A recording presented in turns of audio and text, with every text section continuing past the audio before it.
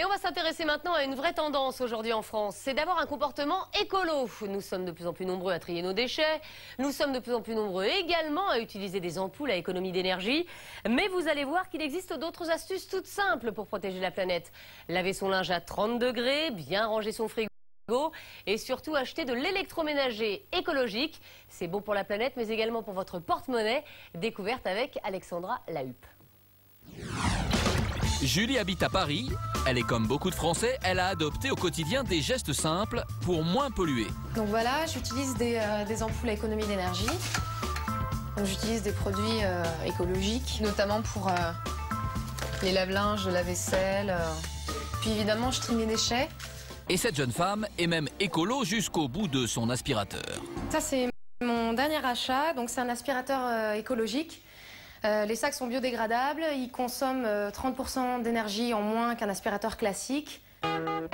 Selon le fabricant, c'est 39 kWh d'énergie sauvée en un an, seulement 3 € de moins sur la facture annuelle d'électricité, mais qu'importe, pour Julie, c'est toujours ça d'économiser, et surtout ça sauve la planète. Oui, j'ai l'impression d'avoir un impact meilleur sur l'environnement et d'être éco-citoyenne. C'est pas si anodin que ça de faire attention à ce qu'on consomme et à ce qu'on achète. Le problème, c'est de se repérer plus facilement quand on achète. Il existe heureusement l'étiquette d'énergie. Elle est obligatoire sur les gros appareils d'électroménager. Sur cette étiquette, on classe de A à G les performances énergétiques des appareils, du plus économe A au plus gourmand G.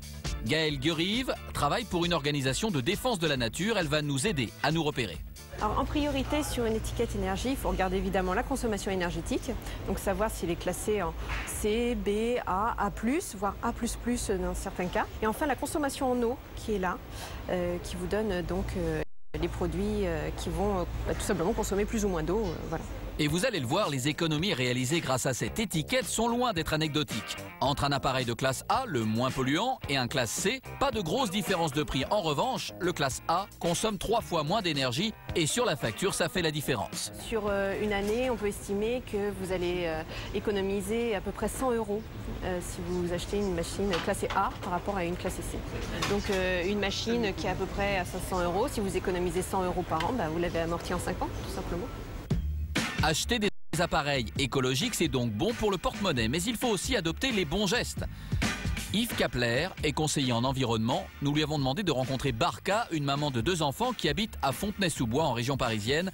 Son objectif, l'aider à faire des économies d'énergie grâce à ces fameux gestes simples. On commence avec le réfrigérateur, l'appareil qui consomme le plus dans une maison. J'ai fait les courses, donc on va pouvoir faire un petit test en situation réelle. Voir comment vous rangez les courses dans le frigo. Oh là là, moi je les range où il y a de la place. Hein. Alors je te dis honnêtement, je t'attendais. C'est un bon début. Voilà. Barca gaspille de l'énergie sans s'en rendre compte. Avec sa fille Inès, regardez, elles ouvrent, ferment le frigo, l'ouvrent à nouveau. Oh là, il n'y a plus de place. Rien que pour ranger les courses, il restera ouvert plus de 8 minutes. Voilà, c'est rangé. Et le verdict tombe. Pendant les quelques minutes où le frigo va être ouvert, la température va remonter. Rapidement. Ce qui veut dire que quand on fermera la porte après, il y aura beaucoup de travail de dépenses énergétiques pour redescendre en température. Le conseil d'Yves est tout simple, trier les courses et les mettre au frais en une seule fois. Et en 1 minute, tout est rangé. Enlever les bacs. Inutile également d'encombrer le réfrigérateur avec les cartons d'emballage ou des produits qui n'ont pas besoin d'y être, comme ce pot de sauce tomate, pas encore entamé. C'est vrai que sans réfléchir, on a tendance à tout mettre au frigo. Non seulement ça va surcharger votre frigo, et surtout, vous refroidissez des choses pour rien. Voilà. Donc vous demandez à votre frigo de travailler, de consommer du courant pour rien. Heureusement, avec sa machine à laver, Barca s'en sort beaucoup mieux.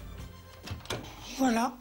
Donc moi je lave toujours à 30-40 degrés. 30 degrés, c'est la bonne température. Ça ne sert à rien de chauffer beaucoup plus votre eau. En effet, un lavage à 30 degrés consomme 3 fois moins d'énergie qu'un lavage à 90 degrés, c'est mathématique. Donc ne pas hésiter à utiliser les programmes éco et les basses températures, plutôt que monter l'eau en température, ce qui va consommer beaucoup d'énergie.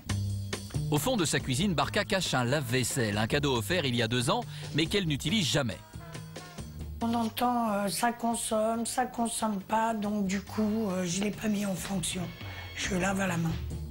Mais ce que Barca ne sait pas, c'est qu'en lavant la vaisselle à la main, on dépense en moyenne 42 litres d'eau contre 12 litres avec un lave-vaisselle nouvelle génération. C'est-à-dire que pour une famille de 4 personnes, vous allez Matin, midi et soir, faire votre vaisselle, faire une vaisselle par jour et consommer 12 litres d'eau. Vous ferez plus d'économies d'eau, de courant et de détergent en utilisant votre lave-vaisselle. Si tous les foyers français utilisaient un lave-vaisselle, nous économiserions 40 millions de mètres cubes d'eau par an, soit l'équivalent de la consommation annuelle des habitants de Marseille. Je vous promets que je vais m'y mettre parce qu'il est branché, il y a juste à... Je viendrai vérifier. Je vous en prie. Pour Barca, fini les corvées de vaisselle et en plus, elle va faire quelques économies grâce à ces tout petits gestes écolos. On n'aura pas un gain énorme sur le budget en fin d'année. On peut considérer qu'en étant très appliqué, on gagnera quelques dizaines d'euros. On n'aime pas payer pour rien. Si le fait de fermer sa porte de frigo, ça peut amener 30 centimes à la fin, il n'y a pas de petites économies. Hein. C'est du bon sens. Voilà, du bon sens. Réaliser des économies tout en respectant l'environnement, c'est également le pari des grandes marques d'électroménager. Voici d'ailleurs le prototype d'une cuisine écologique qui consommerait à peu près 70% de moins qu'une cuisine actuelle. Julie, notre jeune parisienne, sensible à l'environnement, l'a découverte lors d'un salon dédié au développement durable et elle n'a pas été déçue. Alors comment vous la trouvez cette cuisine? Bah vraiment bien. Vraiment bien. Belle. Est-ce que vous comprenez comment elle fonctionne? Pas trop. Jeanne Nicolaï, la responsable des innovations de la marque, va justement lui faire découvrir les différents appareils de cette cuisine, comme ce four intelligent. Il y a un séparateur qui va régler la cavité en fonction de votre plat. Et donc le four dépense plus ou moins d'énergie en fonction de l'espace. Exactement. Et la grande innovation, c'est que cette cuisine évite le gaspillage en recyclant l'eau ou la chaleur générée par les appareils. Vous allez par exemple laver un fruit, vous allez faire couler de l'eau et cette eau, elle n'est pas forcément sale. Ouais. Et en fait, cette eau non sale, elle va être stockée dans un réservoir à l'intérieur de votre lave-vaisselle. Ouais. Et la prochaine fois que vous allez utiliser votre lave-vaisselle, on va avoir recours à cette eau. C'est vraiment intéressant, c'est bien conçu. Ça pourrait être la cuisine de mes rêves, oui. Ça dépend du prix. On ne connaît pas encore le prix de cette cuisine du futur, on sait seulement qu'elle sera lancée sur le marché en 2012. Encore 3 ans de patience. Et puis vous le savez, à partir de demain soir, on entame les fameux ponts du mois de mai. Et si vous avez des enfants, eh bien c'est l'occasion rêvée de leur faire réviser le bac ou encore de leur offrir des heures de soutien scolaire pour leur éviter le redoublement. Mais